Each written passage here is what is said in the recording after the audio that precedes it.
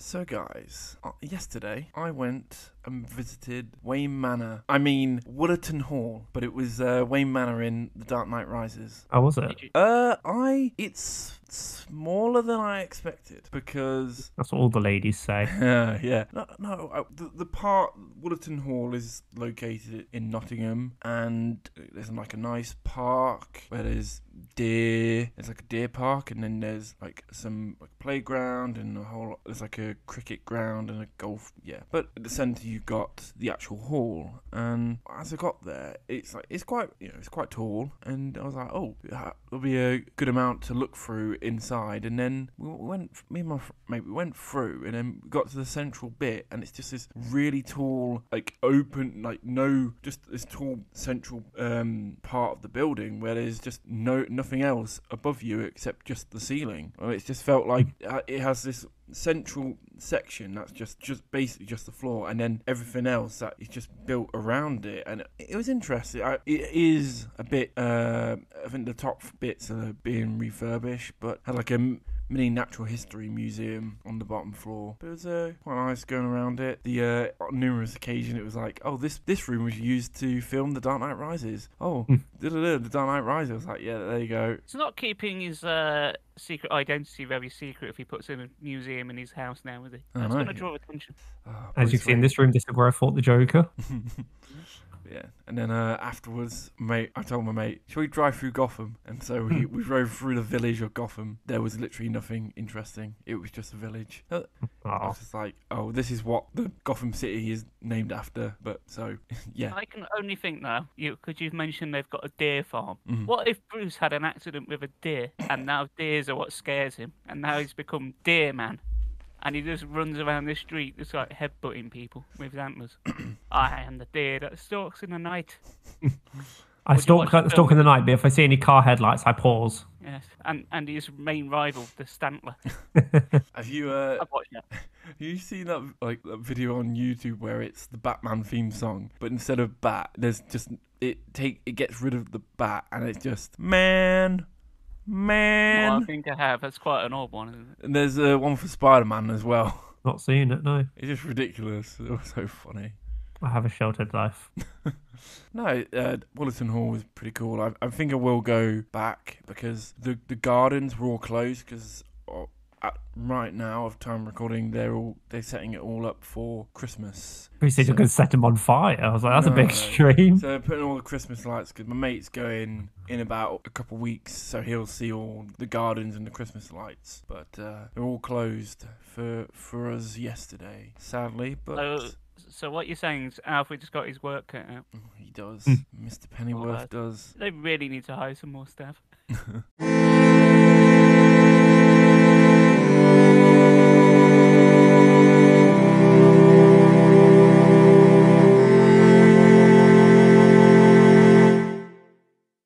Welcome to Victory Achieved Podcast, a video game podcast, but we also talk about other shit on this podcast. I am Brandon, and I'm here with Spanky Rambles, aka Chris. Hello.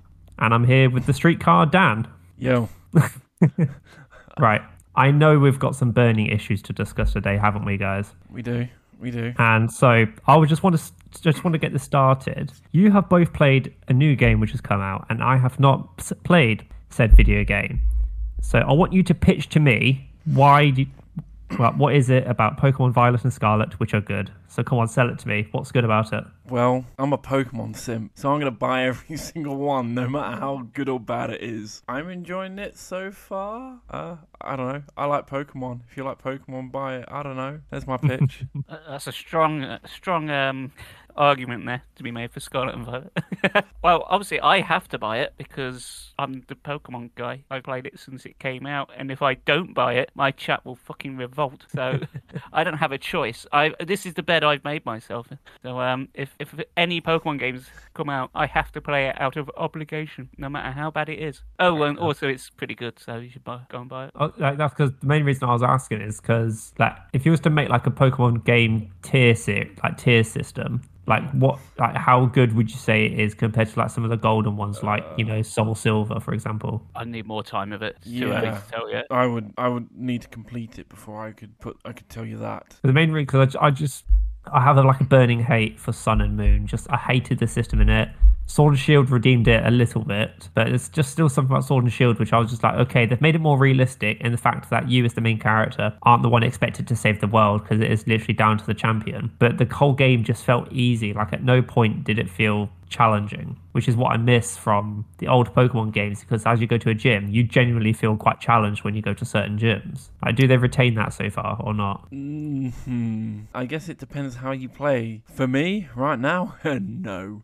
I explored for hours and hours, getting the Pokemon I wanted, getting a team I enjoyed, and then I've just steamrolled the first 2 gyms. Yeah, I've had a slightly harder time because I'm a stupid bastard and thought, you know what I'll do on my first playthrough of this? I'm going to do a blind Nuzlocke and I'm going to do it live. So That's what I'd probably be inclined to do sometimes. But at the same time, if I was going to do it as a Nuzlocke, I'd want to, because quite often if I play like a Pokemon game, I'd only want to use like, the new generation Pokemon. That's all I'm using. I'm using Gen 9, nothing else. I'm catching whatever. I'm catching every gen, but I'm only using Gen 9. Well, obviously I'm doing a Nuzlocke, so I get whatever the hell the game gives me. Although, guys, before we carry on talking about Scarlet and Violet, because there's an awful lot to unpack, and it is going to be the meat of this episode, do you want to discuss everything else first, and when we come back to that, and we'll keep you on tenterhooks, listeners, if you want to know what we think of it on the whole. I think that might be a good idea. Otherwise, we're just going to crowbar it all in at the end. I don't know. I've only done like a couple things. Like if I was like present stuff, it'd be like over in about 10-15 minutes, easy. Well, luckily there's 3 of us. Fair enough. Yes. Well, I don't mind really. I guess. Yeah, I think we should. We normally leave the main topic to last, and it is going to be, isn't it? Well, I have played some more Tunic. This game is quickly. When Scarlet and Violet came out that weekend, I was playing Tunic more than Pokemon Scarlet. I managed to do the first boss on Tunic, which was really fun. It was this big kind of like stone guardian thing, and I eventually managed to get this magic dagger. Magic dagger? A magic badger? Yeah. Magic dagger that could freeze enemies. So that was really good to try and stop the boss in its tracks at times. And it was after all the hours I'd spent so far in Tunic, it was great to like bring everything I knew and have a go at this boss. I've now got to the next section and I've now just got to the second boss. I've not been against it just yet, but hopefully when I stop playing Scarlet, I will have a go and see what happens. But Tunic's quickly become one of my favourite games this year, and it's definitely high on my list of my favourite games of 2022. I know you didn't really get on with it that well, Chris, but I'd say maybe give it another shot. But I've given it 2 shots. I might go back to it, but in due time. 3rd time's the charm. I don't know. I think I like the fact that it feels like Link's Awakening with Dark Souls combat, where you're rolling out the way and you're trying to work out the weaknesses of your enemies. And every time you're exploring, it feels like you're on the edge. You feel like if you mess up, you're gonna die. And I've really enjoyed playing Tunic. Indeed. Well, so you've played a game from 2022. I've played a game from a few years ago. So as you know, we've all got not all of us, I've got the PlayStation Plus Premium. So I was like browsing through like the classics catalog, just to have a go, just see what there is. And there's a game which caught my eye called Dark Mist. And obviously I'm such a fanboy of Dark Cloud. I'm a big fan of Dark Chronicle. So I thought, okay, Dark Mist. At first I was like, oh, maybe it's another one in the Dark series that I've never heard of. Did a quick browse of the synopsis. I was like, okay, it's its own sort of entity. And started playing it and found out the PS3 emulation is shit. But I kept through it. And it's a roguelike. Well, I say it's a roguelike, but it's not a roguelike.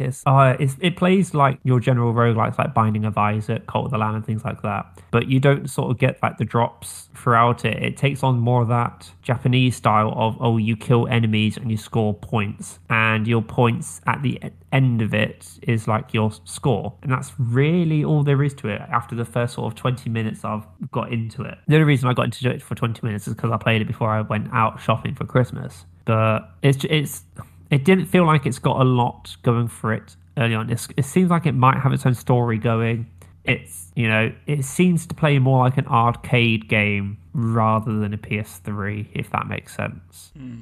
Okay. Because like that Simpsons game, you probably would have played at Hunstanton or something. On the Only one. on, Yes, yes. yeah, that Simpsons game. It feels like that where you're going around the roguelike aspects of it. You're killing things, and then you move on to the next room and do that. And you get points for, killing things. You get points for not using your ultimate abilities. You pick up coins and stuff. But it just, I don't know. I'm not sure if it's just because I'm not very far into it, but it just felt quite a bit like an arcade game. I mean, the art style looks great. And, I thought it was, after playing stuff like Vampire Survivors, 20 Minutes to Dawn, whatever, I thought, okay, it'd be quite cool. But it just doesn't seem like there's a lot of attacks in it. Like, you've got a choice of like a few special attacks. You've got your default attack. You can wipe everything out of the floor. I mean, it's got like mini bosses in it, which are kind of cool. But, as I said, because I'm only like 20, 30 minutes into it, I don't really know what else the game has to offer. And plus, because it's got this system where it's all based on scoring, I don't really know what's it going to turn into. Is it just going to turn into like a grind fest at the end with like hordes of things, but no substance to it? So, I don't know. I'll play more of it and I'll relay it all to you what I think of it. I did just do a quick Google search to see if it rung any bells, but even looking at it, can't say I know anything about that game. Yeah, it's literally, I just saw it on there and I thought, okay, it looks quite interesting because that sort of art style of like the title cover, it looks like, oh, it could be from the Dark series.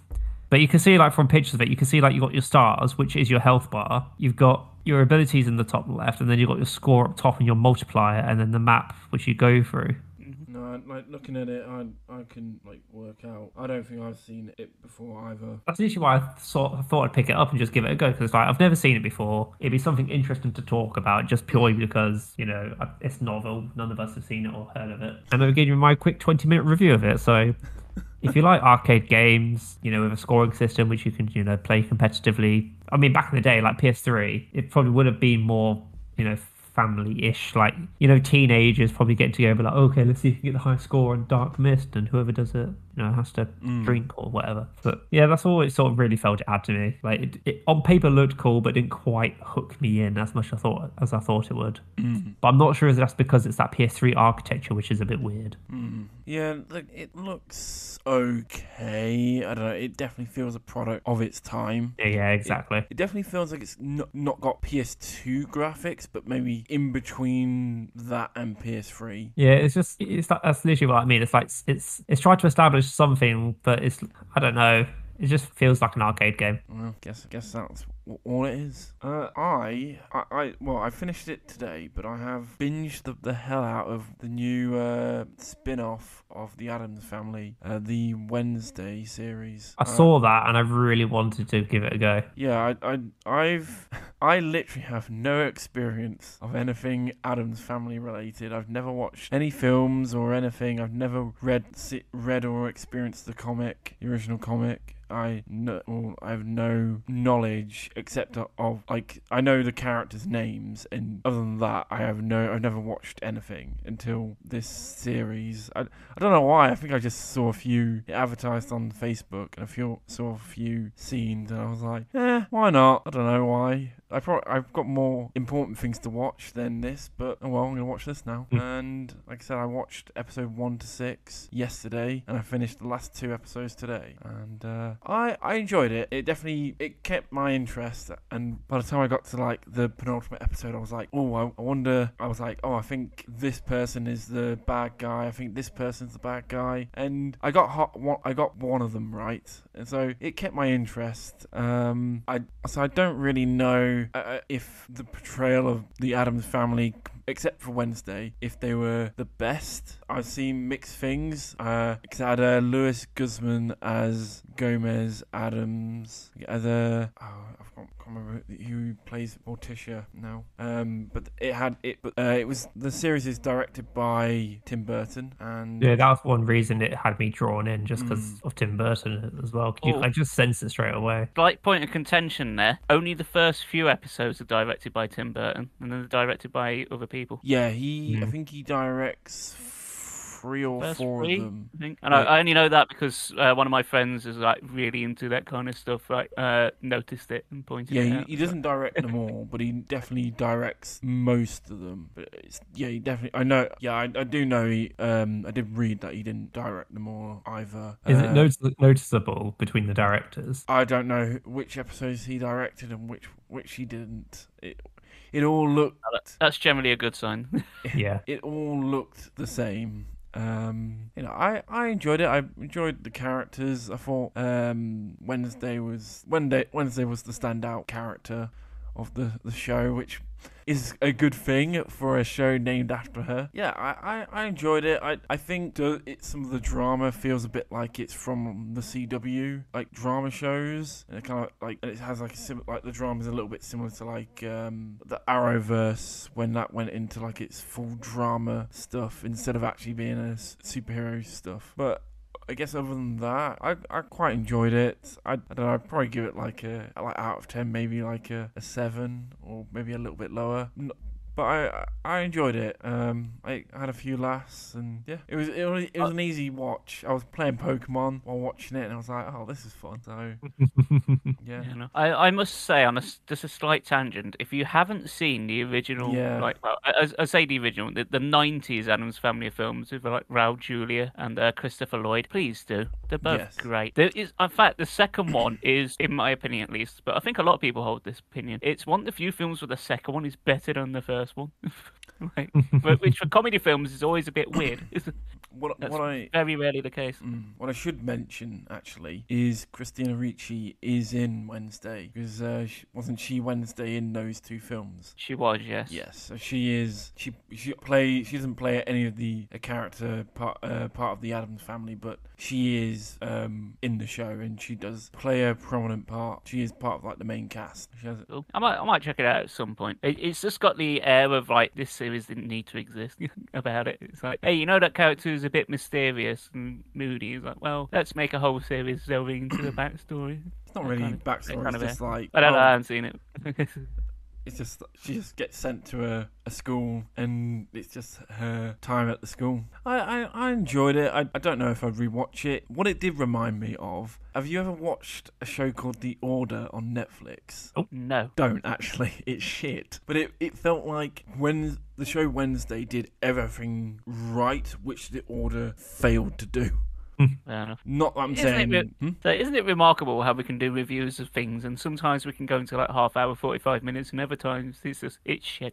Oh, if I'm sorry if anyone's ever watched The Order who listens to this, but I fucking hated it. I got forced to watch it with the person I was with at the time, and that was recommended to us by someone, and after that I was like, I'm never taking that person's recommendations ever again. It was awful recommendation. I think we've all got friends like that, haven't we? It's like, oh, I recommend this, one of my favourite films, and you watch it, it's like, what was that? I'm never taking that recommendation. Like the season 1 of The Order was watchable. Season 2 was dire. It was awful. And I remember the person was like, "Oh, I can't believe Netflix cancelled it." I'm like, "Yeah, I can." Why? It was shit. They were like, "Oh, I wanted to see how do I get this character back?" I'm like, I didn't fucking care. So I didn't tell them this. They're not going to listen to this podcast anyway. So.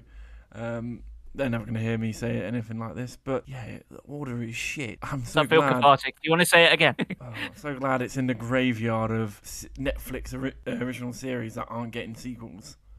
Yeah. To be fair, if Netflix can act fucking Dark Crystal of all things, anything's up for the chart. Really. What? They're not doing a second season for that? No. I got canned ages ago. It said it's only a couple of weeks after they did the first series. They said, yeah, I'm not doing no more. Yeah. In a weird way, I could kind of understand, just because it's a bit different. Well, it's all puppetry, so I imagine that's fortune a lot of time to do. But still, some of the stuff they got on there. Anyway, moving on. Do you want to talk about something a little bit more uplifting? Yeah, I was going to mention something else, but yeah, maybe something more uplifting. How about, and I had an absolute, I know you've watched it as well, Chris, the Guardians of the Galaxy holiday special. Yes. So, if anyone knows me, and knows me well, in fact, you don't even have to know me all that well, you'll probably know that I cannot stand Christmas. I'm the biggest Scrooge you'll ever see. Like, Everything about it, don't like it. I don't think it's helped by like the nearly like 2 decades of working in retail. It's just not helped. So I want nothing to do with it. But against my better judgment, I did watch the Guardians of the Galaxy Holiday Special, and well, I'm interested to see what you think, Dan, before I have my 2 cents. I thought it was a hit. I thought it. I don't know. I think it was more focused on like Mantis and Drax, and I think it worked well because of that. And yeah, I thought it was just a nice thing to watch for about 50 minutes, and I thought it absolutely rocked. Yeah, it did get a couple of laughs out of me. Although there were a few things I did notice. It felt like there was far less of a budget. Well, obviously it's going to be, but I don't know. I think it's just like the tighter locations, the kind of places they go, like a bar, a street, and when they do go into space, it's like the same area. I don't know. Some of it looked a bit cheap. I couldn't help but notice like Nebula, like her makeup didn't look as good as it did in the films. It certainly looks like they've got a bit more of a budget on it. I don't know. Maybe I don't think I noticed, to be honest. Yeah, might just be me. She wasn't in it for that long either, so I wouldn't have. I don't think I looked massively at how Karen Gillian's makeup was for Nebula. So yeah, actually, the more I think about it, the more I've got a couple more critique things. I yeah, don't want to harp on too much. No. All right. Did you get the feeling like Mantis seemed a bit nastier, snappier? She didn't seem to be like as calm and nice as she is in the film, and she seemed to like really snap at Drax a lot. And it was like, yeah, I think she was kind of on this like, I want to do this for Peter. Drax, don't mess up. I don't know. I think the thing is with Mantis and Drax, they work really well together, and it's just all the trouble they get in. I just found hilarious. It's like, oh, when they take the candy cane and the elf, and it's like, oh, I left my elf behind. It's like, oh, that's your fault. Like, oh, and I got quite a few laughs out of it, but yeah, maybe she was a bit meaner. I don't know. Yeah, I don't know if that's like meant to be like a character development thing, because she's hanging around with the Guardians and she's just becoming less patient. I'd assume so, but I don't know. Yeah, just little things I noticed, but overall, though, I did have a couple of laughs out of it, and as far as holiday specials go, it's fine. I don't set the bar high for holiday specials. Whenever I hear a Christmas songs, I like come out in a rash. I didn't expect when it starts with a animated section. I didn't actually expect that. I was like, oh wait, I thought this was live action, and I realised, oh, it's just the intro.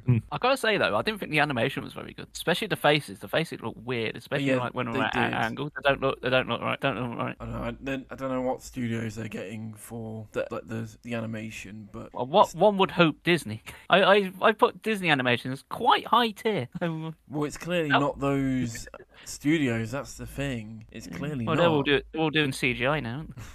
Are they? What was the last hand-drawn animation one? It wasn't Princess and the Frog. Yeah, I really enjoyed Cosmo. It was really great to see Cosmo. Oh yeah, the space dog. Cosmo's great in the Guardians of the Galaxy game as well. Yeah, I'm hoping he's a mainstay for Guardians 3. Alright. I tell you what, the biggest laugh in the whole thing I got for me is, I'm not going to spoil it, but it involves Rocket and his present. Oh yeah, that made me belly laugh so hard.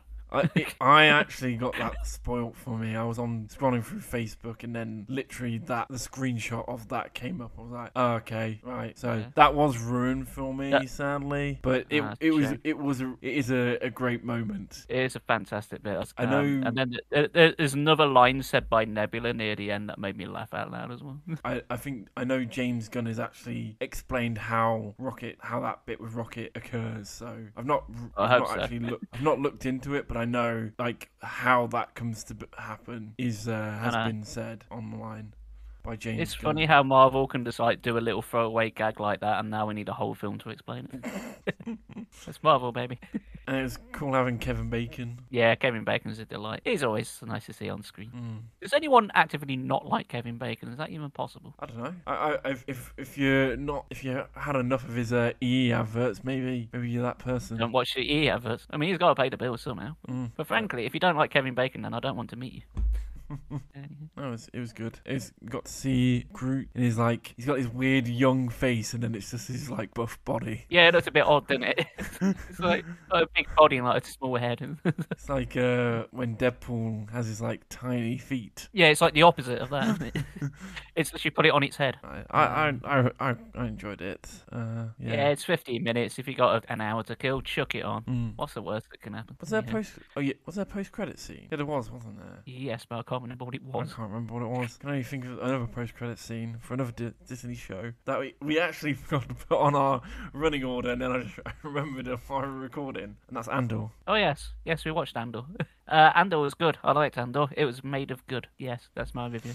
Go and watch it. It's the best Star Wars show there is. Literally my words exactly. Yeah, I like Mandalorian, but Andor just stole the show. Yeah, I love the fact it's a darker, more serious story. There's no like loads of critters in it designed to sell toys in it. It's about like an uprising, and it's played straight, and it's great. It's got some amazing people in it. One of which I did not expect to turn up, but I think you know who I might be referring to, because it was like, holy shit, that's insert actor's name here. Both my parents were like, holy shit, that's yeah. I was like, wait, who are you talking about? And I was like, oh yeah, it's him. Yeah. Okay. Do you want to? Shall we say who it is? Yeah, it's not real. It's just this person's in this. It's not spoiling their character. Not even though their character is just. All right then. So Andy Serkis is in this series. I don't know if he's going to come back for series 2 because how they left it with him is a bit up in the air. But it remains to be seen. I hope he does though. He's still alive. Like he's not dead at all. Yeah. We're just not sure what's happened with him for the time being, at least. I guess I was a bit disappointed with that. It just kind of ended abruptly with him, and I was like, oh. In the last episode, I was expecting him to turn up as a Deus Ex Machina. It's like he's here to save the day because, of course, he is. You don't give Andy Serkis a role and then not have him follow through. I'm assuming he's going to appear in the second and final season. I really hope so. But here's the thing that I was thinking about, and this is just a fan theory, and I've not done any research into this whatsoever. But Andy Serkis plays like the Emperor sort of equivalent in the newer films. Oh yeah. Snoke, that's his name. Yeah. Which makes me think, hang on, he's now playing two people in the Star Wars universe. They're not the same person, are they? He's not gonna go 30 years down the line and go, hello, I'm Mr. Snoke now. When I look at the sequel trilogy, I just think it's fan fiction. So there was that. I don't really care. Christ, wasn't episode 9 garbage? Let's not think about that. We've had a good show. This show is really good. I urge people to see it. Literally from start to finish, it was incredible. I remember watching a trailer for it, and I was like, "This seems like the most boring Star Wars show yet." And then I watched the first 3 episodes, and I was like, "Okay, this might be too early to say this, but this might be better than Mandalorian." Now I've finished. It is better than Mandalorian. It is. It's just so more mature and it's just great. All the highs are earned every single time. It gets built up, and then when it hits that action set piece, it feels earned. Mm-hmm. Well, I was thinking this, and then I actually seen the same sort of sentiment raised on Twitter and that, which is basically saying this might be the best series of the year, and considering we've had the Better Call Saul finale this year, that's saying something. I think this is one of the best shows this year. It's certainly the best Star Wars show. The Boys, Better Call Saul, those are 3 heavy hitters, definitely. Yeah, they've all knocked it out of the park this year. Better than The Order, isn't it? Stupid show. It's coming up. No, not you. I meant the stupid twatting show, The Order. Well, you're still right, but... No, how dare I make you remind you of that show? No. Brandon's just like, oh, what's The Order? I'm like, don't. I'm just sat here I've got no idea what the fuck you're on about.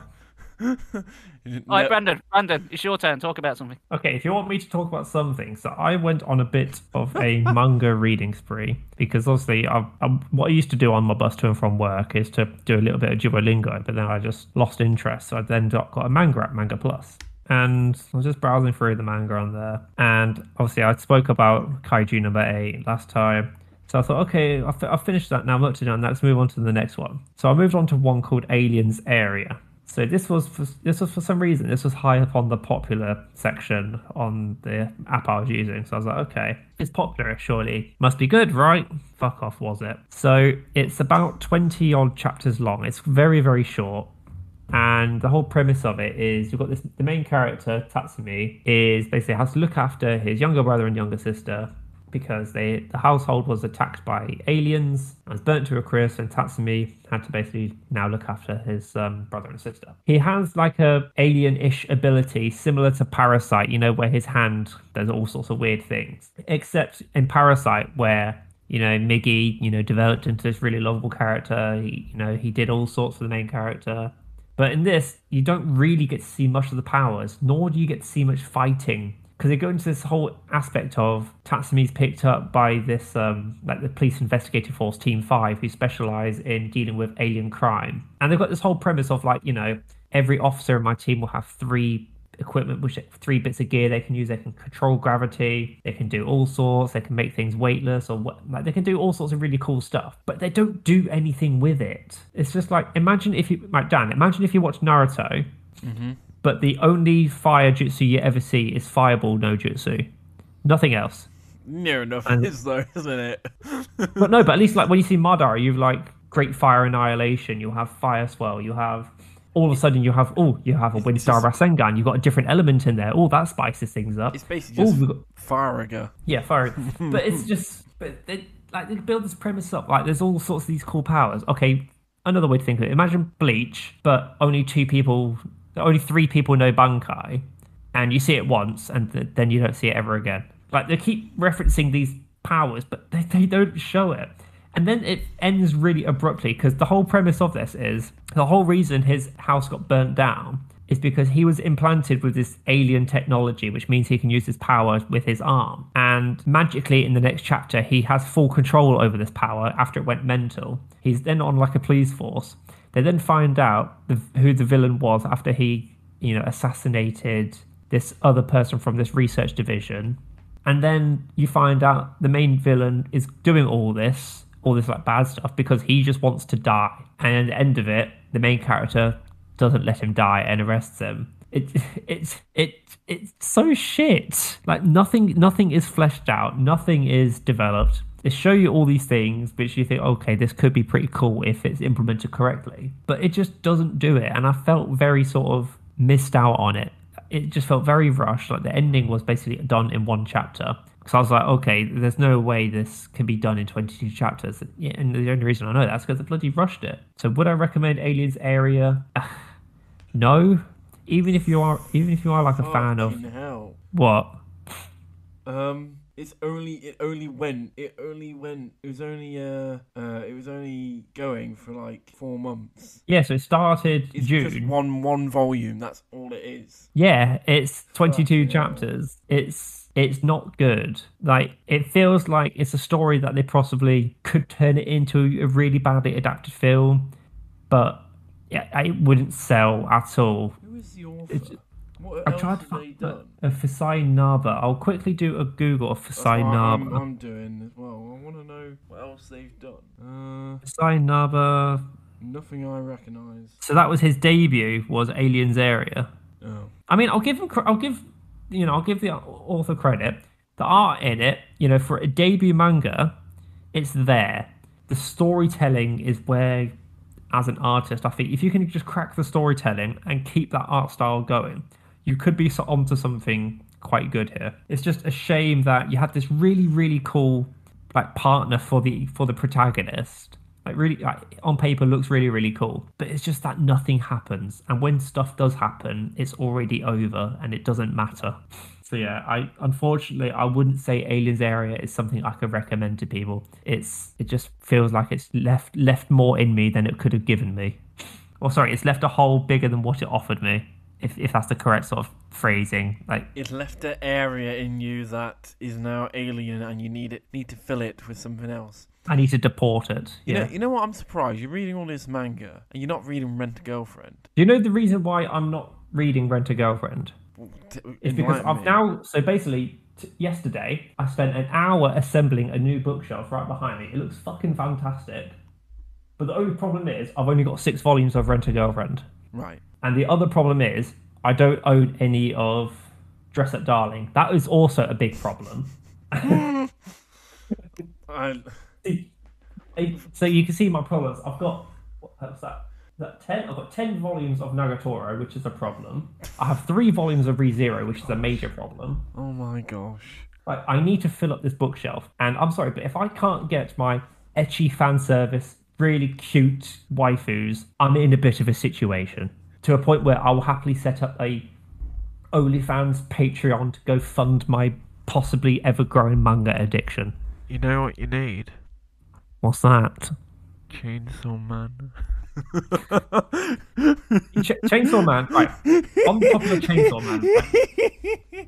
It's been 0 days. I have not read it purely because I want to get through everything on my current shelf. So a couple others I've got on my shelf is Tokyo Underground, which I will mention on the next podcast because I've just finished reading chapter 2 of that. I'm reading Ayakashi Triangle, which is made by the same author as To Love Ru, which I really, really want to reread because I really, really loved To Love Ru.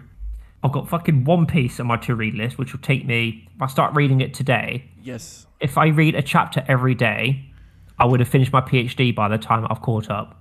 Yeah, do not watch One Piece. Read it. Yeah, that's what I'm planning on Please doing. read it. Do not watch it. That is literally what I intend to do.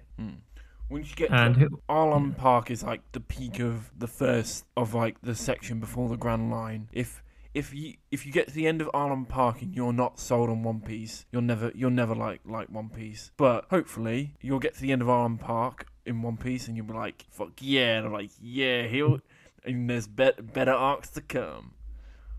Yeah, so I'm really enjoying like reading manga on the bus. It's just so relaxing to the point where I've nearly missed my bus stop a few times because I've just been reading it. I was really, really close to missing a bus if it wasn't for my girlfriend like telling Brandon I'll stop. I was like, oh shit.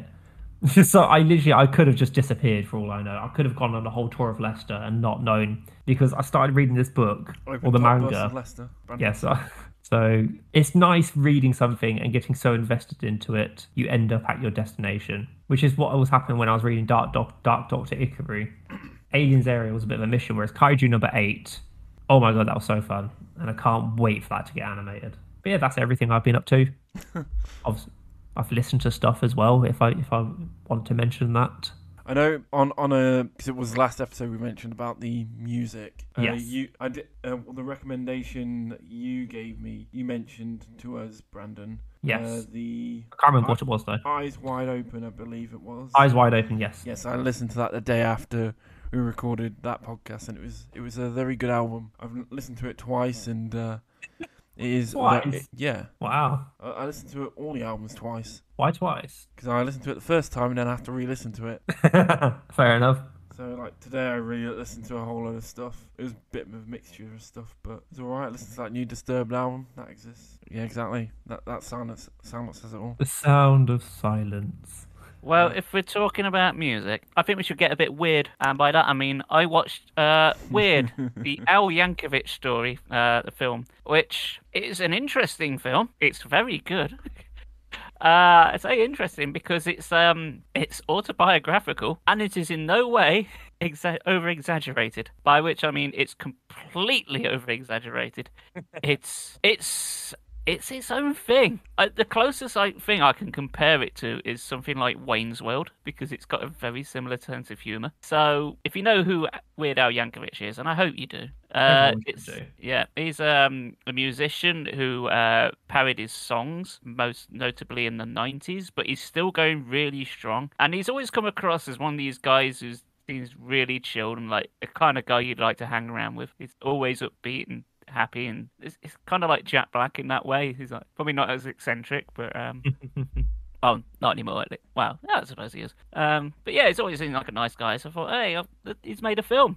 Let's go watch it. So it tells the story of Weird Al and his childhood and how he came to be in the music business, his biggest hits, but in the way that only Weird Al can do it, where everything. I'm watching it and thinking, the entire time, how much of this is true and how much of this is just completely made up? Because a lot of it is.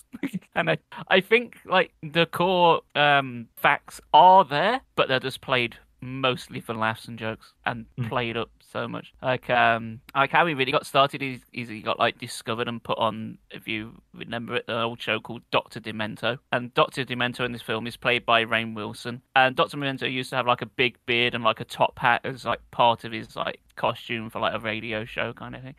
He's wearing it in the entire film. He never ever takes it off. It's like he always looks like that. Christ, I don't know where to start. It's so funny.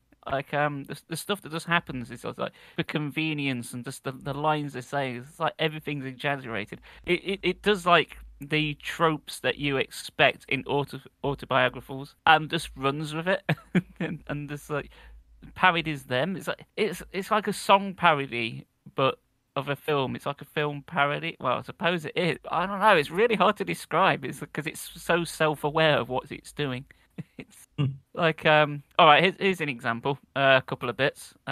He's like Weird Al's like struggling to make music happen, but he's sent in like a tape, and then he struggles on the stage. And he's like with three other guys, he's like living with like housemates, and they go to his gig and see him like struggling on stage, and they all jump on the stage of three lads and just like pick up a guitar, a bass, and the drum kits, and all start playing, and Weird Al's just like, wow, I didn't know you could play. And they're like, yeah, it's never seemed relevant up until now.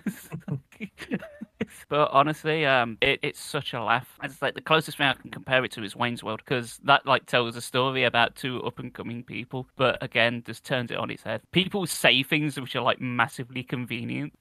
And then, have you guys ever seen the old Weird Al film UHF? Nope. So No, that's a good film.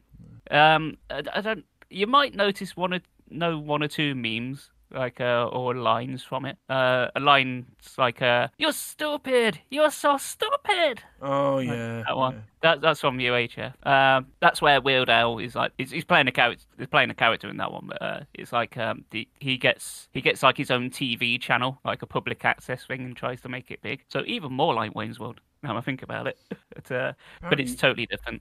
It's like, Apparently, he's actually in Weird. yes, he is. Yes, he is.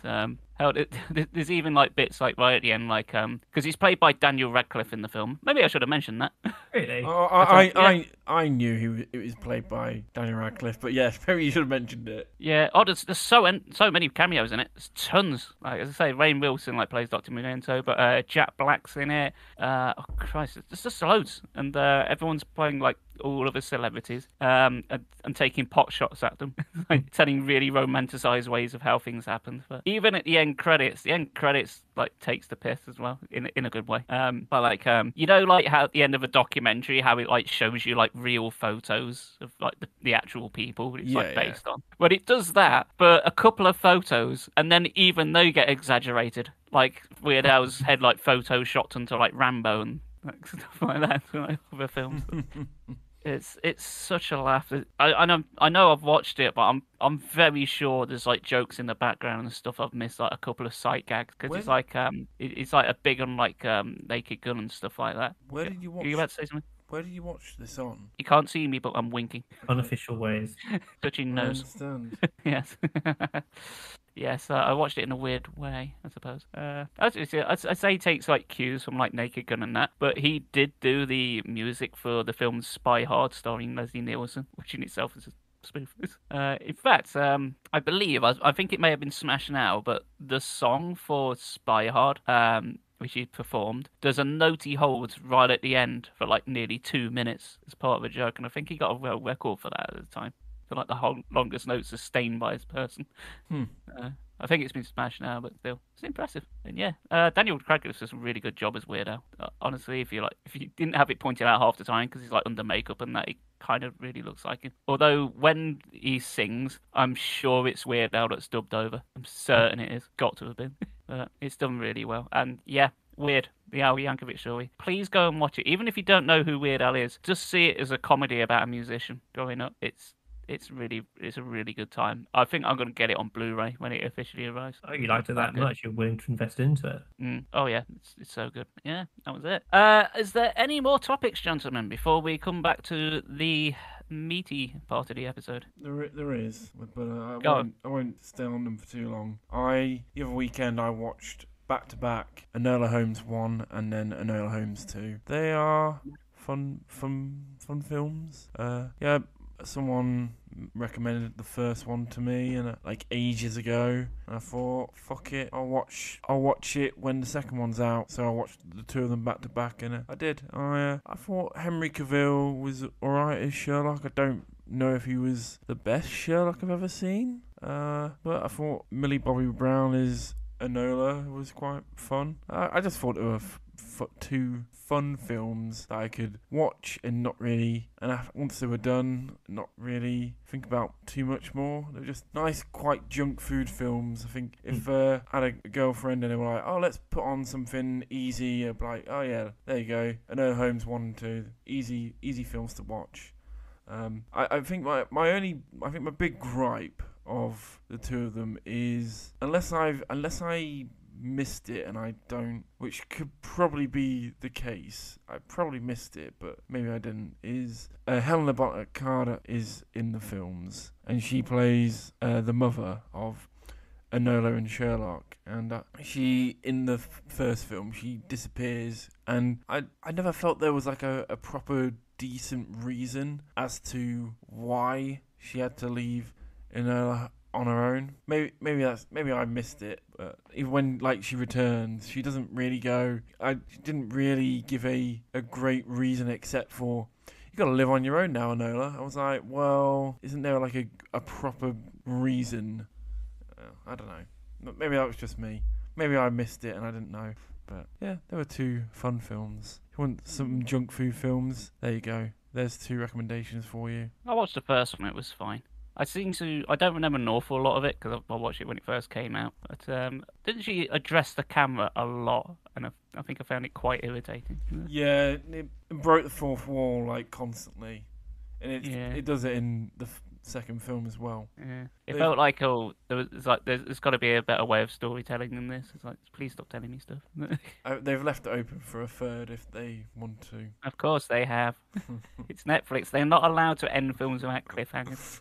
It's in the contract. Like even watching Wednesday, they left it open for a second season. So of course they have. Nothing's allowed to be final. Everything has to have something else that can clip on for the next season. At least with Andor, it'd be like, well, only 2 seasons. It's left open. What for? Oh wait, one of the best Star Wars films ever made, Rogue One. Yeah. So I wonder what's going to happen to Cassian Andor. Oh no! You might never know. Maybe I'll just watch Rogue One to find out. Oh wait, that's how it happens. Oh, I know. I've got to rewatch Rogue One. I know we're going right back to Andor, but there's something I forgot to mention. You know, Mon Mothma. I didn't realise that the actress who plays her was in a deleted scene in Revenge of the Sith. Well, it's probably because it's deleted. We didn't see it. Well, yeah, but I didn't realise that was the first time she played the character, not in Rogue One. Okay. I can't even remember her in Rogue One, but she is in Rogue One. Yeah, as I say, I've got to rewatch it. I've seen it twice.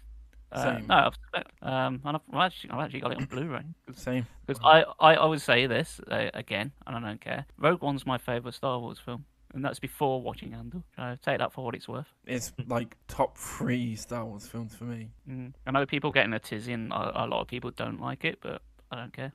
Rogue One's amazing. I like what I like. It is. It's great. But anyway.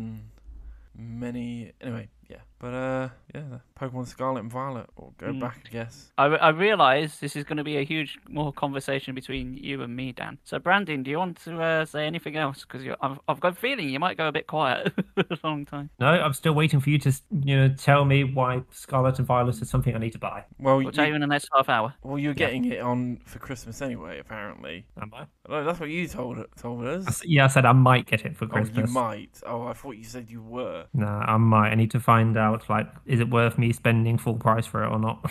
Well, it's Nintendo. They never go down in price. You have no choice but to pay full price for it. Yeah, like Nintendo games hold their value better than Xbox and PlayStation. That's what I always find funny when it has the console wars and it's just like, our consoles are better, and then it's just like Nintendo. Yes, but our games hold their value longer than yours. and no one ever brings up that argument. It's just who has the better console. But They then hold the value because they print them in limited quantities half the time. yeah, look at like Mario All Stars, ridiculous. Yeah, didn't stop me from buying the damn thing, though, did it? Same. Just not me buying it. Fucking simp for it, aren't we? Only for like, I wasn't too keen on Odyssey, but I was quite happy just playing 64 and Sunshine. I just wanted to play 64 on the toilet, and that was worth £30 of my money.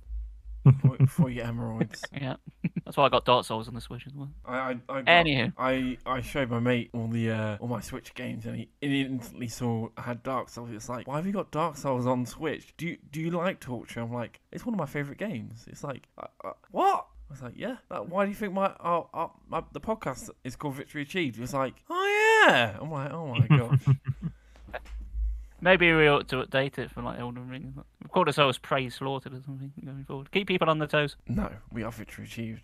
We will never change. Unless we do. Anywho, speaking of change, the new Pokemon game. Right, this is going to be a bumper topic, as we say.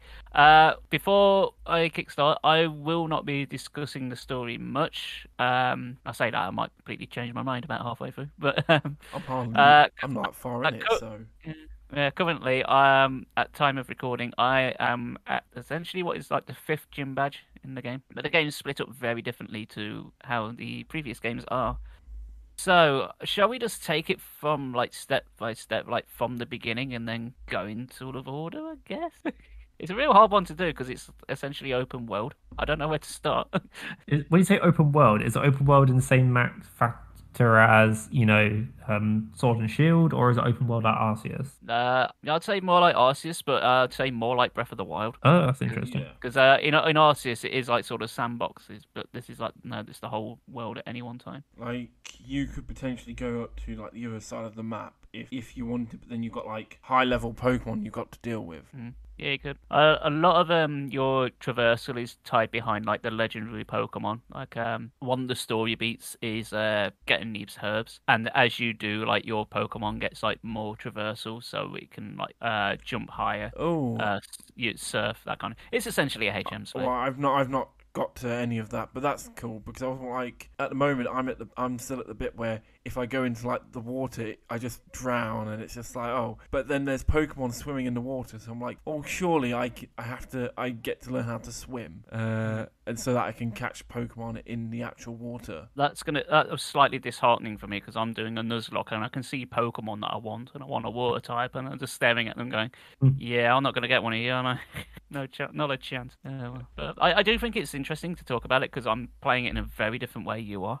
So we can like make comparisons, like me in the middle. Well, so I was gonna do a Nuzlocke, and then I began, and then I just was like, I wasn't really feeling it, and there was just so many Pokemon. I was like, I'm just gonna play normally, and if I get Violet, I'll do a Nuzlocke on that. See, for me, I find that they kind of are by design. I find the game's far too easy if I try and play them normally, and I like to be challenged. So now I've got a couple of Nuzlocks under my belt, and that's the way I prefer to play them. Or do like a mono type run or something like that. That's how I'm hardwired now. I agree. I prefer to do Nuzlocks, but I think experiencing the game for the first time, I think I just wanted to play it normally without any restrictions. Aye. So, what's the first thing you want to discuss? What about the Pokemon? What about the Pokemon themselves? What about the new Mon that we've seen so far? What do we reckon? Good, bad, middling? I think it's exactly like every gen. There are great Mons, and there are Mons that suck. Yeah. What's the suckiest one so far? I'm not really a big fan of the. Well, I don't know. At the end of the day, it's all subjective. I'm not a big fan of the like the tarantula Bugmon. I've got it, and then I was training it up, and then I found the other Bugmon, and I was like, I want that one instead, which turns into like a mech kind of bug. It's kind of cool. Yeah, the spider one is tarantula. Yeah, I don't mind it. I don't mind its base form because I like spiders, and then I seen its evolution. I'm like, that looks a bit shit. Yeah. But then you have, as the other Pokemon, which is I've currently got on my team, I think that's really cool. Although mine and Brandon's mate, he's playing it, and he keeps going to me, drop the bug, Dan. I'm like, no, I'm not dropping the bug. I read an article today where it was like the best bug Pokemon in Scarlet and Violet, and it's the one I've got, and I'm like, ha, fuck you. I'm keeping my bug. He's fucking Yeah, I don't know if it's just me, but anytime I play a Pokemon game, I'm always wanting a bug type. It's like bug Pokemon are good. It's fun. Yeah, exactly. They're just so good, and they look cool as well. The problem is with bugs is Gen 1 to 4, they weren't that great, and then Gen 5 came along and made decent bug Pokemon and brought decent bug moves. Yeah, like moves like X, Scissor, and U-turn are fantastic. Yeah. And then bug Pokemon became great. So the early games have this weird stigma of bug Pokemon. Like Gen 1, like Red and Blue, like near enough the only bug move is Leech Life. Yeah. And they just made them super effective against Psychic to try and give them some kind of relevance. But then Psychic was OP. But then half of them were part poison. So they were strong against Psychic, but weak to it because they were part poison. The same with like half all the grass Pokemon in Gen 1 are all part poison. So they're all weak to Psychic. Well, obviously, of course, they balanced it a bit more with like Dark and Steel, and most noticeably Fairy. And I've got to say, up until now, I've never been a fan of the Fairy types. They've never done anything for me. In fact, most of them, they're like my least favourite type because I look at like all their designs and think they look fucking stupid. They basically retconned loads of old Pokemon and made them Fairy types. So there was loads of Fairy types. It's like obviously, like Jigglypuff and Clefairy makes sense. Well, Clefairy's got it in his solid name. But this is the first gen that I've used the Fairy type in, and it's a beast. I've been using the new one, the Fido and Dashbund. Dashbund is a monster. I've got it on mine. He's a permanent part of my Nuzlocke team. Jesus Christ, he rips things apart. I've got him on my team. I'm tempted to change him only because, you're using him, and I think my mate's using him, and I just want to use a different Mon. It's not because it's not a bad Mon. I just want to use something different. He's a very good boy. Oh, it's been a really good Mon. Like, I'm very pleased. What did you start with? What was your starter? That is the main question. I started with I've actually done 2 save files on like the first day, but I don't count the first one I did because I haven't touched it. I've literally got like the tutorial done. That's it. But I chose Quaxley for that. But when I did my main playthrough, I chose Fuecoco, and it got knocked out like before the end of my first session. So I don't have it anymore. Oh, fucking hell! So I started with the other. The fire one, I can't remember what its name, but I've now evolved it into the Crocolore. So, and that's been it. I was gonna go for it anyway, but in like the tutorial bit where before you pick it, it just looks like the bestest of boys. You're like, how can you pick the other two when it's smiling faces looking at you? It's like, I would want this to be real as my own pet. It literally looks at me like my own dog does when I have food in my hands. I was like, this is the best of the boys. I cannot take the other two when I have this fire Pokemon in my face. See, a weird thing to turn it on its head. A lot of people like the cat starter, but hate its evolutions. Yep. I'm the opposite. I think it looks better. I quite dig the sort of Harlequin jester thing it's got going. I think it looks way better. But I'm a dog person, not a cat person, so that's what it's worth. I was always going to go for the fire starter, but then I saw the final evolution for the grass, and I was like, fuck no, I am not getting that. It looks shit. Yeah, but so far, my favourite design, and I've managed to snag one on my Nuzlocke because I went out of my way to make sure I got one, and that's Primate's evolution, Annihilate. I seen it and thought, I want that, I love like its Pokedex lore. So Annihilate being like the evolution of Primate but gets the ghost typing, and the idea behind it is like the old Pokedex entry for Primate says they can get like so angry they die, and this is essentially what's happened. It got so angry it died, but then it's still so angry. Even when it died, it didn't stay dead, so it's got the ghost typing. I didn't realise. It's essentially the Pokemon equivalent of Doom Guy, who just won't die because he's so angry. See, I didn't even realise that was a Pokemon in the game. My mate mentioned Mankey, but the thing is, I want to experience the games. I want to pick the Pokemon I want to use. I don't want other people to go, use this mon, use this, I want to go out and think Pokemon I like and I want to use. So I guess that's the way I'm playing it. Well, one of my current team members, and this is going to lead into like one of my first criticisms, like of the game and not just the Pokemon.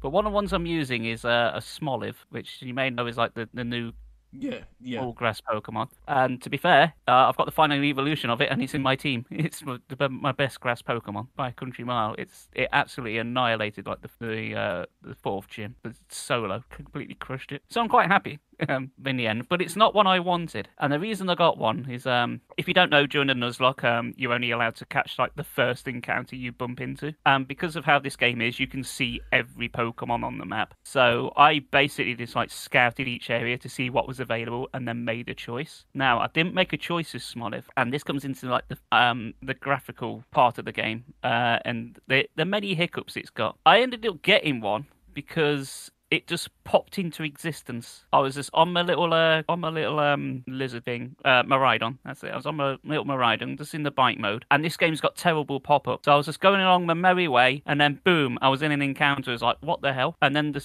Smoliv just appeared out of nowhere. It's like, oh, well, I guess I'm having that then. So if you are doing a Nuzlocke and you go into another area, get off the bike, go on foot. Because the pop-up is intense. Yeah, sometimes... I do suppose it makes it like the old games where it's kind of more like a random encounter. There aren't random encounters. If you ride your bike at like Mach 3, then things just appear. So it is kind of a random encounter. Yeah, sometimes you're like, right, I want to get...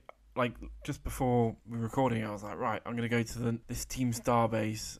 And I was go like darting on my Pokemon, and then next minute I'm in a battle. I'm like, wait, where the fuck did this come from? It's a fucking Rockadee, and I'm like, oh, for fuck's sake, just die. I wanna go sort Team Star. Oh, fuck off. And I kind of had like the opposite problem as well. I went to catch a Chansey. I know Chanseys aren't great, but I wanted one because he's a good egg. Jokes. Egg. Throwback to episode 5 or 4, whatever number it was. Indeed. But anyway, I wanted to catch one, and I seen it, and I walked into it, and nothing happened. And I was a bit confused. I was like, what? And it was on screen. My character model had blended into it and everything. And then it just faded out of existence after like 10 seconds. I was like, I've been robbed of a Chansey. He's like, fuck you, game. Well, say if you didn't know Nuzlocke, you lost it. Yeah, well, it didn't count as an encounter because like literally nothing happened. So it's like there was nothing there. So I was like, oh. There is a way to I see you are doing a Nuzlocke. There is a way to basically fuck up your whole Nuzlocke by never getting encounters, and that's if you press the R button and make your Pokemon just fight all the Pokemon, basically auto battle. Oh yeah, well, I kind of do that. I actually do. Okay, that's one thing I really love about this game. I bloody love the auto battle system. Cool. It saves so much time. Yep, it's fantastic. I mean, I was doing. I got the Pawmot, and to evolve it, you have to do 1,000 steps with it out. So I was just auto battling to fuck. Yeah, there's the new ghost type one, the Bramblin, who's like a tumbleweed, and that one makes sense because it's literally tumbling around you, like gathering materials, so it gets bigger. That's a cool little detail. I haven't seen that Pokemon yet. Yeah, it's about third badging. It's all right. I wanted to use one, but I didn't have the opportunity, which was a shame. What was I going to say? There was, so obviously auto battling's a thing, and it's great. When you send them out, I think they only get like a quarter of the experience they would have got had they fought them normally. But again, liking Sword and Shield, everyone gets experience. Like you leave one gets double, and everyone else in the party gets half the experience, as you might expect. So again, for Nuzlocks and that, it's great because you just get to level all of them up. And even more handy is they don't get knocked out. They will keep fighting until they've got like 1 HP left, and then just return to you, and then you can't send them out again. So it's a good way of avoiding getting knocked out. So that makes things a little bit easier by far. Obviously, you've got like the Dem Pokemon, like in Sword and Shield as well, which you can learn like experience candies from, and that helps level up. Massively. They're handled just like the Dem Pokemon from Sword and Shield, but it's sped up a lot more. There's an actual sort of timer on the screen. Your AI mates seem to be way more helpful in my experience at least. And it utilizes the new mechanic in Pokemon, which never sounds right every time they say it in game. I'm sure every time I'm saying it out loud, I'm mispronouncing it in new and exciting ways because it doesn't roll off the tongue. It sounds like it should say terastallizing, but that's not what it is. It's not how it's pronounced, and I'm still not sure how you meant to pronounce it. What do you think to it? Damn sight better than Dynamaxing. It's quicker for sure. Yeah. So how this works is each Pokemon individually is a bit like Hidden Power. Each one has got like its own sort of terastallized type. I'm gonna keep calling it terastallized. I don't care if I mispronounce it. I'll probably pronounce it different every time just to annoy people. But each Pokemon's got like their own type. So you could have, say, a Cypher that's bug flying, but its terastallized type might be just flying, which is fine. So it's no longer the bug type. Or sorry. Go on. No, or you could have a type that's not even one of your normal types, like the grass gym leader has a Teddiursa that's obviously normal, but then that It gets bug typing. is it's bug, isn't it? Not grass. Yeah, it's bug. Yeah. But the thing is, this typing, like once you do that, they gain that typing. What type they were before is like null and void. It doesn't come into it anymore. It's now just like a bug type, and it also boosts their attack by 50%. And the difference between Dynamaxing, it doesn't last for 3 turns. It lasts the whole battle until it gets knocked or swapped out. It will stay terastallized, which is a nightmare in a Nuzlocke because they do that and you think, oh shit, no matter what I swap out, it's going to stay more powerful. So it's just add that little bit more challenge to it. But yeah, that's how the den encounters work as well. If everyone you bump into is a version of that. Plus you get wild ones as well out in the wild. And if you beat them, you get like LP, which is like the same as like Watts from Sword and Shield. It's just a new form of currency. Although I do like how you can use it as money. Yeah. Yeah. That's a nice feature. I quite like you can use it to like get TMs and other things as well. Yeah, the TN crafting thing is great. I really like that. I haven't really utilized it all that much. Neither. But when you make progress during the game, though, you do unlock more after certain story beats. It expands what you can craft, and I think you can craft them if you find them out in the wild as well. There's loads of TMs knocking around. And here's something I don't know if you know this, Dan, but you may have noticed there's like the 2 types of items on the there's 3 types. There's like the little shiny things. There's like items with like red columns of light, and then items with like the white, yellow ones. Yeah. So the yellow ones are like always TMs that you find. Yeah. But the red ones, they respawn. Yeah, I realised that because I remember getting a few and then going back to the same place and then finding more, and I was like, what's going on? Yeah, I had to second guess myself because it's like an open area. I was like, I'm sure I've been here. I've picked these up, and they're never like anything like crap. It's like stuff like Ultra Balls or like super potions or like revives. It's like it's never like utter garbage. It's like it makes me think it's like I've not been searching properly. Until I had my mass catching session for ages, I didn't run out of Pokeballs because I just kept finding them in the open world. And then I've not bought a single thing from the shops, bar a few fashion things to mix things up. Can you change your clothes? You can change your clothes. Each town's got different shops in like Sword and Shield. There was different stuff. Change my clothes right now. I don't want to be in my school clothes. I think you just do it in the shops, like you just buy the new things and it'll ask you to change it. But I think you can do it on the fly. I don't want to be in my school clothes. They look shit. Yeah, they do look shit. My character, I found like a blue motorcycle helmet, and then I bought like a blue backpack and blue gloves, and just thought I'm turning into Mega Man. I dig this. Fuck it, we're role playing as Mega Man. We need that. I think it's in my version. There's a Pokemon that when it's evolved form. Because I get it in mine, not you. You get the other one because it's a version exclusive. My one looks like a Mega Man character. Oh, is it Ceruledge and Armor? Yeah, I know the ones. Yeah. Actually, oddly enough, there's a place where I can't remember. They call it Navi's. I think it's part of the storyline. It's like Navi, not Navi's. That's from Mega Man Battle Network. It's like they keep stacking. It's like I'm starting to wonder. And even one of the Pokemon I caught, Impidimp, is described as the wily Pokemon. It's like, hang on, I'm going down the rabbit hole here. There's conspiracy theory going on.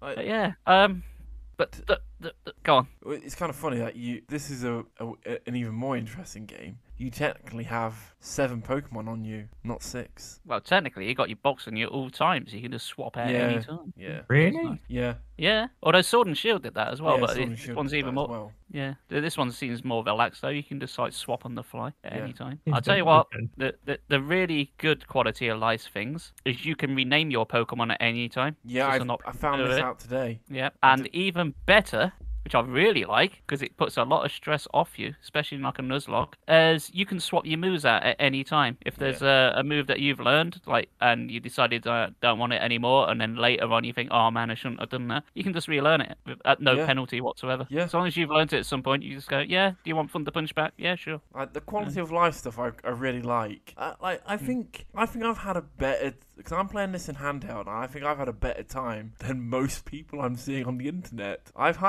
had like near enough no glitches or anything. It's like, I'm not going to say it runs completely perfect, because there are times when NPCs are walking about and they look very blocky, their movement's very blocky, so I know it's not perfect. There's about 1-2 frames a second. Yeah, but it's definitely running smoother than definitely what you said and what I've seen online. Like, and I think with like, I think if you forget about the glitches and not exploits, but the glitches and frame rates, I think this is the perfect step in the right direction for Game Freak for Pokemon. Like, the open world is great. There's just so much freedom to do whatever you want. I spent so much time just catching Pokemon and leveling them up before I even went and did a gym or any of the other or a Team Starbase. Like, there's so much. It's so open. It's like the world your voice is like, Jesus Christ, which direction? Obviously, you're railroaded in to start with, but once you got past that initial tutorial bit, there's so much you can explore, and there's so many different typings. It's like, you want an electric type straight away. Here you go. There's one on Route 1. It's like, bloody hell. Yeah, I thought it was Pikachu, and I was like, wait, no, that's a Gen 9 Pokemon. And like I said, now it's on my team. So yeah, it's good. I find it funny how there's so many memes already of your rival is basically has the same personality as Goku from Dragon Ball. Oh, she's obsessive. Like, I've noticed one thing. I'm not going to say anything about like storyline at all. Yeah, please don't. But I won't. But there is a thing. Like, every time you like go to a new gym or a new area, she's just there, or just appears out of nowhere. She's right behind you. It's like, she's fucking stalking me. It's like, she won't leave me alone. Go away. I saw something like, how much have you done any of the Team Star stuff and the Titan stuff? I have, yes. I'm about halfway through both. I'm on the Team Star stuff. I'm just fighting. I'm on the first base. I've done like the where you have to like fight loads of Pokemon, and I'm now on like, I'm assuming is the boss battle. So I'm halfway through that battle. I was halfway through it, and then I had dinner. Now we're recording. So once we finish recording, I'll be finishing that battle. But that felt quite different and quite fun. I don't know about the Titan stuff. My mate said it was difficult, but I have no idea. I'll say one thing for the Titans: if you're going for them, be prepared. Because sometimes you can get thrown into a fight a lot sooner than expected. Right. So just make sure you're in good nick. I'm sure you'll be fine, but as I say, for the second one especially, I got caught out because I was like going towards it, but I didn't like have the lead Pokemon out that I wanted to start with, which can be fatal. If you've got the lead with the wrong one, you've lost the turn straight away. But yeah, it's like, I got into a fight way earlier than I expected. I thought I was making my way to it, but it's just started. It's like, yeah. Does it like level wise? How is it, or do you not? I can't really remember the level. I didn't really have I had a harder time with the first one, but only because I think I was like a little bit underprepared. Okay. I didn't lose anyone, but I was close. I might leave it for a little while and then come back to it. Yeah. It's the only one I'm a bit unsure about. Team Star seems quite okay to do once I've done a couple gyms, so that's why I've only just started that. I think after I'm going to do another gym. I think I'm going to do the I think I'm going to do the electric gym, which has, I remember reading that the gym leader is basically either a VTuber or a a streamer or Oh yeah, I've done that one. yeah, or e-girl. Yeah. Yeah, and she said, "Oh, we want to do a collaboration." And bear in mind, I'm streaming this live myself. It was like, I suppose technically this is a collaboration. This has gone very meta. This is actually happening. Yeah, there is a sort of recommended order in which to do things, which I started doing it blind, but then about my second session of it went terribly. I went into an area which I was which I wasn't meant to be, and it wasn't like it was like miles out the way. It was like an area next to the one I was in, and all the Pokemon levels were like level 40. And bear in mind, I'm like in my 20s, so I lost a Pokemon and lost an encounter for that area as well. So I was like, yeah, I kind of needed some direction, so I just looked up without like any spoilers. It was literally just like numbered. It was like here, go here. So I have like got some direction now. I have no idea. I'm gonna do the electric gym next, I think, after this Team Starbase, and I don't know. I'm half tempted to just be like go from one side of the map to the other, and then just keep going up and up and up like that. Maybe that's. Yeah, I'm playing it far more cautiously at the time being because I've nearly got a wipe, and I was like, yeah, I'm not doing the whole thing again. I'm too attached to my team now. I don't want any losses. Well, you're doing a Nuzlocke, so it's different to me, where I can be like, oh, fuck's sake, I had team wipe, but, I just carry on. Yeah, but as I say, with sticking to, like, the sort of recommended ones, I've not noticed, not anyway, like the time being, I've not noticed, like, any huge leaps in difficulty, like a massive spike.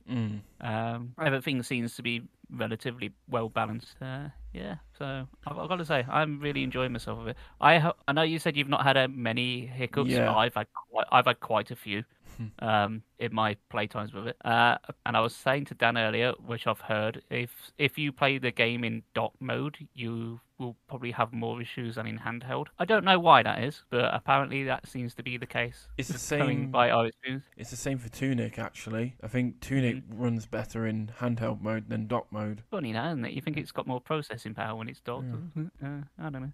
It's funny, but it is a recommendation. And before I wrap up on this, I just want to say my favourite anecdotes that I've had so far, because I found it funny, at least. So the first member of Team Star ran over my, at the time, lead and just killed it. And I was very upset. And Team Star, as their last Pokemon, at least the ones I fought, you fight, like, essentially the truck that they're on. They sort of, like, use they're riding a truck, basically, like a sort of semi-truck. And you fight the first Pokemon on it, and then you, like, fight the truck itself as, like, the second Pokemon. Yeah, that's what I'm literally Which on is right a now. bit weird, yeah.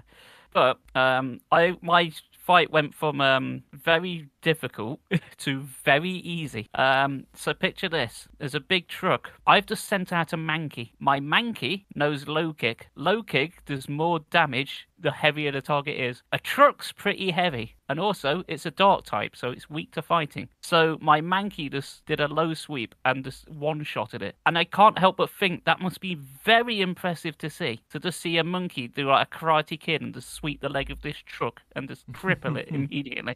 That must have been a sight to behold for everyone standing there. It's like, fucking hell. It's just you just swept Optimus Prime. Jesus. Somebody stop that monkey. Yeah.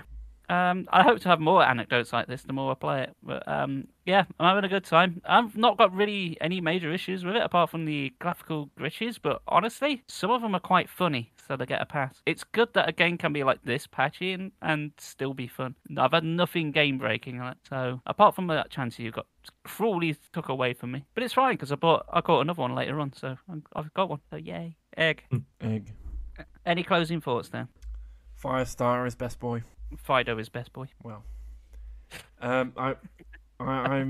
it's like every Pokemon game that comes out. That's come out after every subsequent Pokemon game. They always like to make new ways of leveling up Pokemon, and they've definitely got some new, interesting ways to evolve Pokemon in this game as well.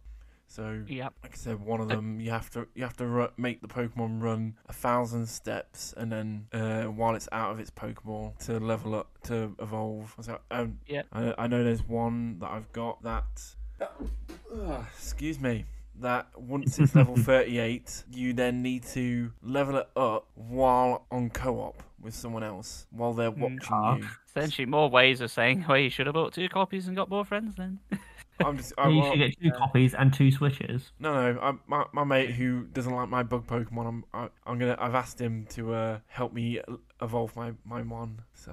And he wants me to trade his Haunter so he can get a Gengar anyway. So you know what this means, don't you? You're gonna have to fight your mate using a team of only 6 Pokemon just to show him how. He wants to battle me, and I hope my bug Pokemon destroys his team because it'd be fucking hilarious. I've got 6 Ciphers. You're dead, son.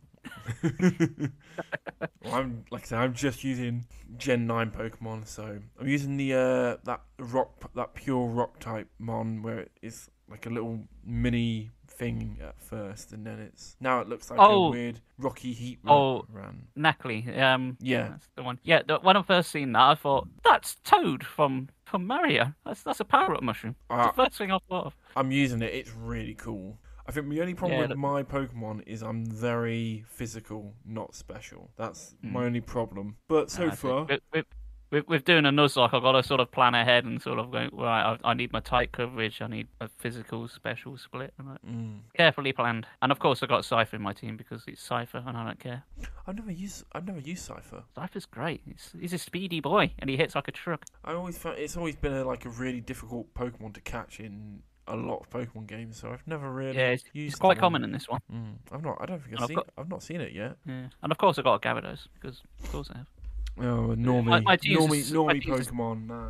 Everyone uses Gyarados. Normie Pokemon. Well, in most games, in doing a Nuzlocke, because you can fish in any town with like an old rod, you're pretty much guaranteed. I know, it's such a good Mon for Nuzlocks. It's just like, oh, there we go. Although Gyarados. Top tip, if you do get one, level it up first before you use it, because it still only knows like tackle and maybe bite, and it's splash. It's a bit, it's still very weak. It's not as powerful as you think it is to start off with. You still need to get it to level 30. Get a few more levels under its belt before you start using it. Can you tell I'm talking from experience? I thought, I've got Gyarados now, I'm going to win, and then it gets knocked out immediately. Yeah, it's happened to me several times before as well. Yeah, Gyarados doesn't get strong until the mid-30s. Oh, God forbid you find an electric type. Oh, Christ. Oh, Watson. Watson in Gen 3 is still the hardest gym leader for me. Oh, in fact, just Gen 3 in general is the hardest. One, because the story is quite long. Watson's a complete bastard. Those, the Psychic Twins as well, the 7th Gen. Fuck up, that's ended several Nuzlocke. Gen 3 is the hardest one to Nuzlocke, for me at least. I know, apparently for me it's Gen 2 because I died outside the daycare. What the daycare couple does. No, it was the policeman with the Growlithe. Oh, no. Completely rinsed from my whole team. I just got it in my head, Canon. The elderly couple looking after your one and says, "Oh, what's that? You can't afford $100 to take out your Magikarp? I'm afraid I'm going to have to whoop your ass, son." Honestly, that was so bad that this guy with a single Growlithe just ended 6 of my Pokemon. Yeah, it's always harsh when you're going along, you've got a plan, and you get into an unexpected fight, and that's it. Good. Happy days. But yes, in conclusion, Pokemon Violet, pretty good. Pokemon Scarlet from Dan, he says it's very good. If you like Pokemon, you'll like Pokemon. Indeed. I probably will pick it up just to say that, it's another Pokemon game underneath my belt. It is. You know what you're getting. Yeah. Yeah. Oh, yeah. That's another episode, I guess. It's a wrap. Yeah, it's been a good week, all in all. Guardians special were good. The Weird Al film were good. Yeah, Andor was fantastic, and so is Pokemon. It's been a good couple of weeks. I played a shit game, and I read a shit manga. Sorry, Brandon.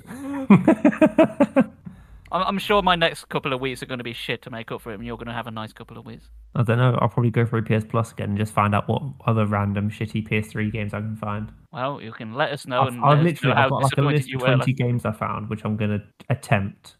If you haven't played them, I've noticed they've added Yeast 7 on there, Lacrimosa Madonna. That's a great game. Play that. I will have a look. Fantastic. It's really good. Well, as always, you can follow our social media, Facebook, Instagram, Twitter, or should we make a Hive account now? I don't know. I was thinking that, Obviously, listen to us on Spotify, Anchor, or wherever else you get podcasts. Yeah, you know what to do, and we always appreciate every listen we get. We do, especially to all our big fans in Thailand. Especially all our big fans in Thailand. Hi, Thailand. How you doing? Yes, Thailand, you rock. Woo. But yeah, that's episode 41. Yeah. And well, the next episode will be released on the way to Christmas. it will. And before you know it, it'll be the Game of the Year episode. Oh, fucking hell. Yeah. Elden Ring. We actually need to start thinking about it. Well, I can't. Well, I'm gonna talk about that once we finish recording. But yes, we will be doing a game of the year. Oh, so, yeah. I look forward to that. Not a long to wait now. Why wait for Christmas when you can wait for our episode instead? Well, you'll hear us soon. In another 2 weeks. Be safe, everyone. Bye. Bye-bye. Bye-bye. And don't forget to catch them all.